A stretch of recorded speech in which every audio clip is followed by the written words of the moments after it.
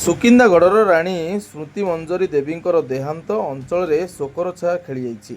ଯାଜପୁର ଜିଲ୍ଲା ସୁକିନ୍ଦାଗଡ଼ର ରାଜପରିବାରର ସଦସ୍ୟା ଓ ସୁକିନ୍ଦାଗଡ଼ର ରାଜାସାହେବ ଭୂଦେବ ଭୂପତି ହରିଚନ୍ଦନ ମହାପାତ୍ରଙ୍କ ସ୍ତ୍ରୀ ରାଣୀ ସ୍ମୃତି ମଞ୍ଜରୀ ଦେବୀଙ୍କର ଦେହାନ୍ତ ଘଟିଛି। ସେ ଜଣେ ସ୍ନେହୀ, ମେଳାପୀ ଓ ଧର୍ମପରାୟଣ ମହିଳା ଥିଲେ। ତାଙ୍କ ଦେହାନ୍ତ ଖବର ଶନିବାର ଦିନ ପ୍ରଘଟନ ହେବା ପରେ ସ୍ଥାନୀୟ ଅଞ୍ଚଳରେ ଗଭୀର ଶୋକର ଛାୟା ଖେଳିଯାଇଥିଲା। ସୂଚନା ଅନୁସାରେ ରାଣୀ ସ୍ମୃତି ମଞ୍ଜରୀ ଦେବୀ କଳିଙ୍ଗନଗରସ୍ଥିତ ଟାଟା ମେଡିକାଲ ହସ୍ପିଟାଲରେ ଚିକିତ୍ସାଧୀନ ଅବସ୍ଥାରେ ତାଙ୍କର ଦେହାନ୍ତ ହୋଇଥିବା ପରିବାରବର୍ଗଙ୍କ ପକ୍ଷରୁ ସୂଚନା ମିଳିଛି।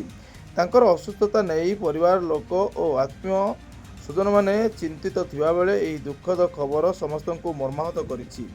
ରାଣୀ ସ୍ମୃତି ମଞ୍ଜରୀ ଦେବୀ ସାଧୁ ସ୍ୱଭାବ ଓ ସମାଜ ସେବା ପାଇଁ ସ୍ଥାନୀୟ ଅଞ୍ଚଳରେ ପରିଚିତ ଥିଲେ। ତାଙ୍କ ଦେହାନ୍ତରେ ରାଜପରିବାର ସହିତ ସାରା ସୁକିନ୍ଦାଗଡ଼ ଅଞ୍ଚଳରେ ଶୋକର ଛାୟା ବ୍ୟାପିଯାଇଛି।